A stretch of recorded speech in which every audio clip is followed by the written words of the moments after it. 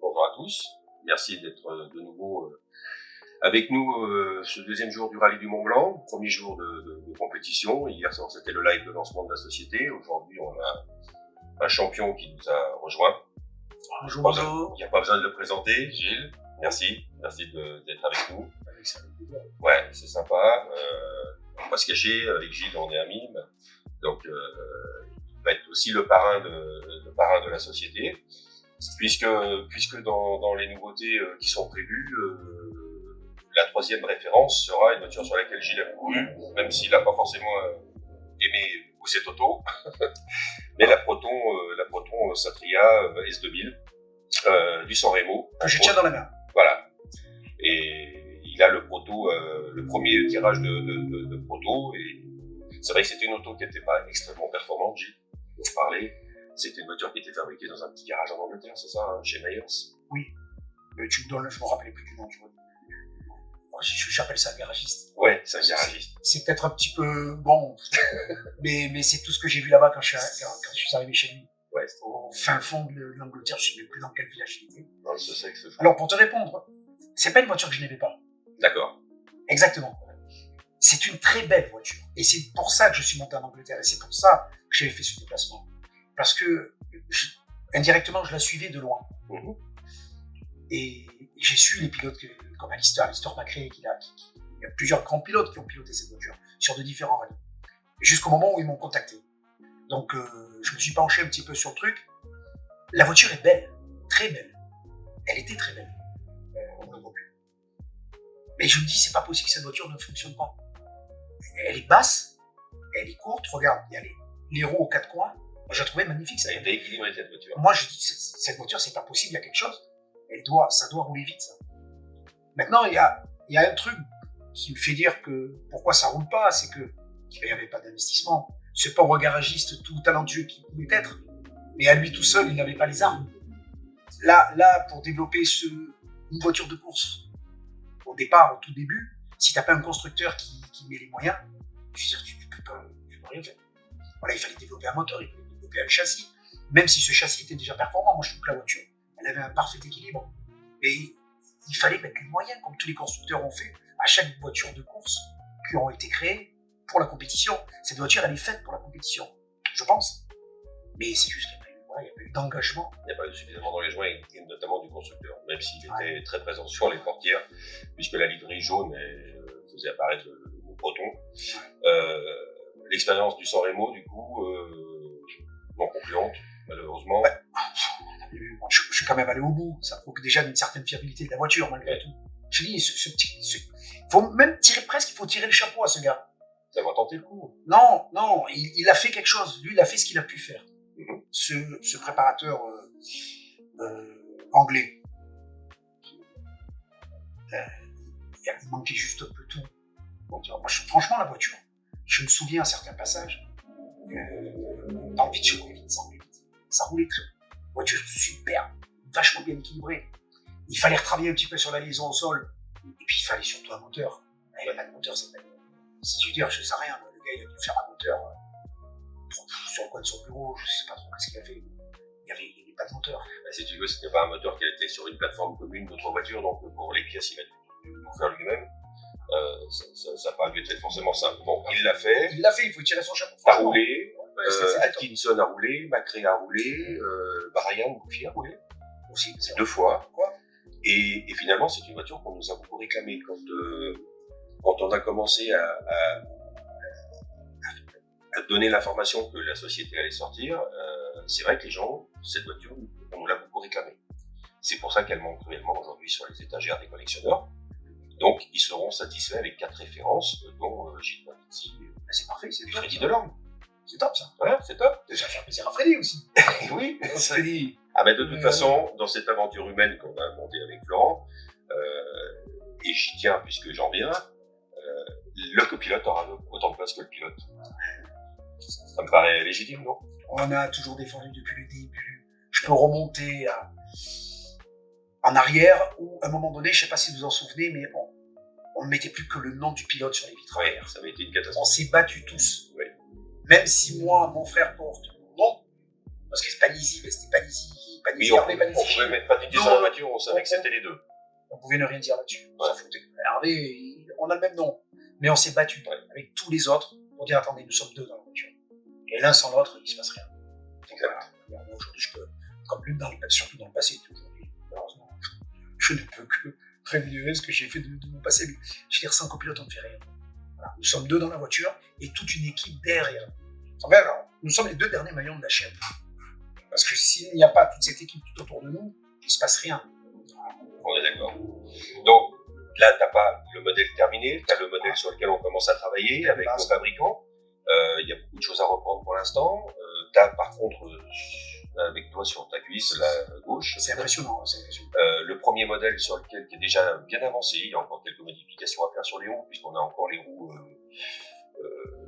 c'est les roues de la Cup en circuit, donc ce ne sont pas tout à fait les roues de la voiture qui roule actuellement avec Ousson, Cédric, Churin et Danny Sordo et Patrick Snyder d'ailleurs, voilà, mais tu regardais le niveau de finition et tu disais que tu étais satisfait du... Ah, carrément. Et alors moi, je suis pas assez expert comme tu l'es, je vois là, pour savoir que les roues ne sont pas les bonnes roues. Moi, j'étais en train d'admirer déjà cette première maquette, ce prototype en tout cas. Ouais. Et moi, je dirais, on dirait que je vois la voiture. Ça ressemble à celle de Tony que tu as vue aujourd'hui. Hein. Voilà, la vraie en miniature. Voilà, et donc malheureusement on voit pas encore l'intérieur.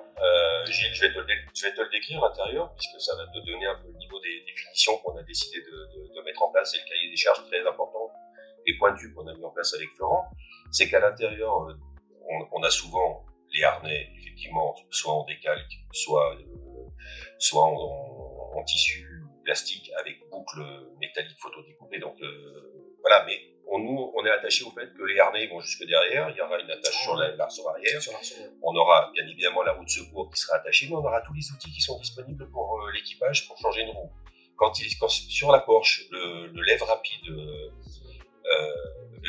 qui est un lève rapide avec à pression, là, c'est pas un cri manuel, on le voit très bien, il sera présent sur la miniature au 43e. C'est fou.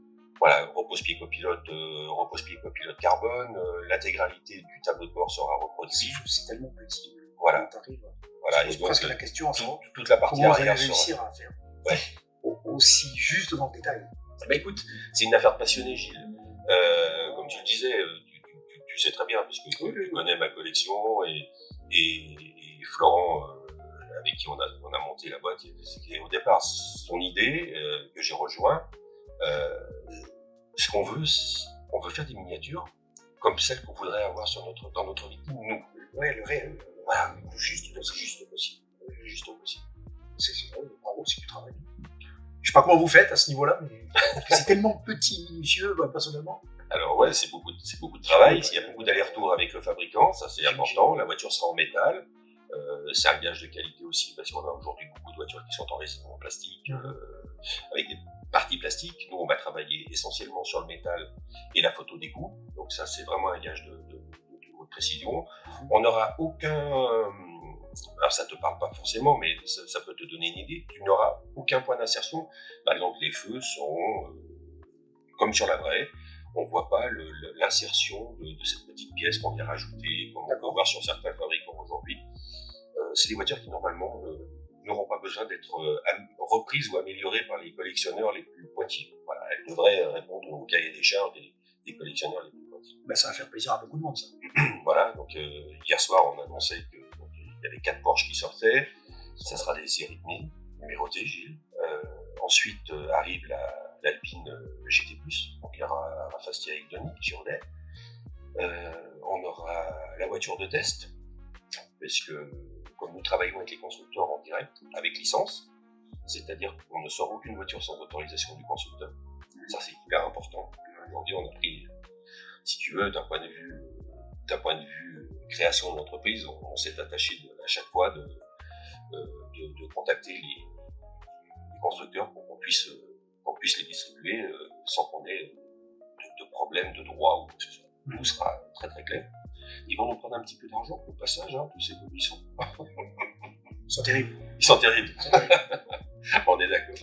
Vous puissiez au moins avoir tous les feux verts. Mais oui, on a les feux au vert et puis Alpine aujourd'hui, on est en négociation, mais je pense qu'ils attendent de voir la qualité de l'auto pour pouvoir la mettre dans leur store, dans les Alpine Store, tu sais.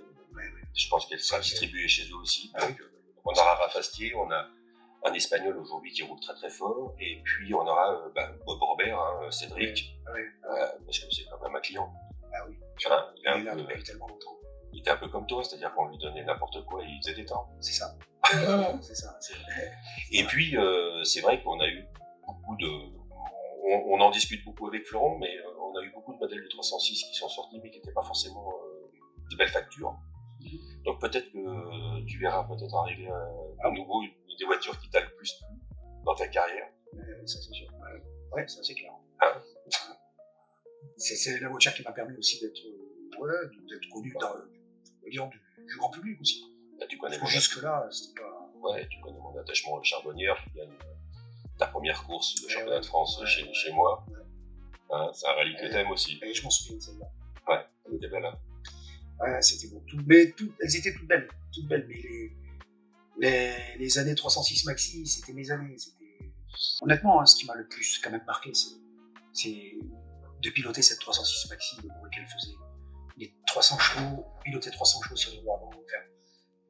Tu vois, c'est quand même la voiture qui m'a tout de suite donné le plus de sensations. Oui, de sensations. Ouais, c'est sûr.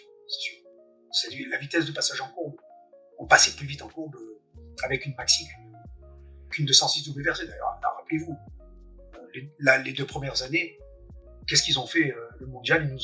On est arrivé avec nos voitures, on a quand même fait gagner, on était à 2 doigts de gagner. Bien sûr. Au San-Remo, je laisse quand même la victoire à McKinnon. Je l'ai quand même là. Je laisse la victoire à Tommy McKinnon dans la dernière spéciale où je casse le pont. On était en tête avec plus de 20 secondes d'avance. On finit pour preuve, avec le pont cassé, on finit quand même le rallye 2e. C'est-à-dire qu'on était plus vite que les WRC sur l'asphalte. Oui, c'est le poids. Oui, mais rappelez-vous la 2e année, qu'est-ce qu'ils ont fait? Ils nous ont lesté les bagnoles. Ouais. Ils nous les ont lestés, nos petites 306. De 980 kg, on est passé à 1050 ou 1000. Je sais plus combien, ils ont presque. C'était encore des temps. On était encore devant. Voilà. On était encore devant. Ouais, oui. Non, mais c'est pour preuve, comme je dis, c'est une voiture impressionnante. Parce qu'après, même après vous, après toi et Hervé, qu'on salue d'ailleurs. Oui, ça a continué. Hugues gagne avec la Xara en Catalogne. C'est ça. Il corrige tout le monde aussi. C'est ça. Moi, tu sais, à mon humble niveau, j'ai roulé une fois dans une Maxi, c'était la Mégane, c'est quand même une des autos qui m'a donné le plus de sensations comme copilote. C'était une très belle auto. C'est joueur, voilà. Après, comme tu dis, il faut l'embarquer tout ça sur la roue avant, mais... On parle le bruit, là, quand on est sur le rallye du Mont Blanc, on entend ces GT3 arriver de loin. Plusieurs minutes, on entend le son du moteur avant même de voir la voiture passer devant nous. Particulièrement. Et c'était quoi la Maxi? C'était pareil. On savait que c'était vous. On savait que c'était vous. Moteur qui montait là-haut, perché à 9600 tours. On attendait les 4 premiers, rappelle-toi. Il y avait Gilles, François, Jeannot. Il faut la faire revivre, cette voiture. Oui. Ouais. On va faire quelque chose. Allez, chiche. Il n'y a pas club qui peut rouler avec. Voilà, par exemple. Comme tu disais, un peu de 15W40 dans les articulations pour tenir le volant. C'est ça. Et en avant. Par exemple. On verra. Écoute, c'est vraiment sympa de nous avoir... de nous avoir donné un petit peu de ton temps. Je sais que tu cours un peu tout le monde pour... Non, je suis tranquille. Ouais. C'est vrai que on vient pas sur tous les rallyes. Le rallye du Mont Blanc, c'est un rallye incroyable. Il y a plus de 200 voitures. Ça fait du monde quand même. C'est une organisation impressionnante. Ouais. T'as les voitures historiques qui partent d'un côté, le rallye moderne qui part de l'autre. Il y a des voitures de course partout. Ouais, en plus, les conditions étaient compliquées aujourd'hui. Ouais. Certains sont partis, certains sont retrouvés coincés à cause d'une... je sais pas, je te l'apprends peut-être, mais dans la 2 de ce matin, pour parler un petit peu de rallye et sortir de la miniature, encore un problème de spectateurs. C'est vrai. Qui met 30 minutes, tout le monde était là en slick, et la pluie est arrivée. Ouais, j'ai vu ça. Donc ça a mis un peu la panique dans les classements. Notamment notre pilote qu'on suit, Tony, a été le premier impacté, Tony Cosson, avec la planche, puisque c'est lui qui est resté sur la ligne de départ pendant 30 minutes. Avec ses slicks. C'est vrai qu'il nous a fait un beau cadeau, Gilles. Ouais. Gilles et Hervé, on a investi son appart avec 50 voitures insignées. On en avait mis de partout, je suis désolé. Ça vient comme ça. Quel souvenir. En plus, tu recevais le prince à ce soir-là, je vois à la maison. Non, mais quel souvenir. Mon Dieu, une voiture aussi qui... Ça aussi, c'était... C'est mal fini, mais Mais l'aventure du Monte-Carlo en la 99, Subaru. Ah, de m'avoir présenté cette Subaru, quel bonheur, ça m'a remémoré un peu toute cette... bah écoute, ça a fait 50, ça a fait 55 C'est dommage heureux, que Ça fait 50 euros qu'on eu leur miniature. Voilà. signé par Hervé et Gilles. Gilles, Elles ont toutes été, ça y est. Ah, oui, oui. même avant que. Ah ouais. Attends, Voilà. Et Bah tu l'as du coup, toi. oh, oui, bon, celle-là, je la garde, je ne sais pas de la donner. Mais, c'est Bah nous aussi. quelle déception. Mais pour tout le monde. Si on avait été à l'arrivée. Mais on y a tous cru, Gilles. On y a tous cru. Mais moi, le premier, Mais on a tous été C'était malades. compliqué, On est reparti avec un goût tellement amer de ce rallye.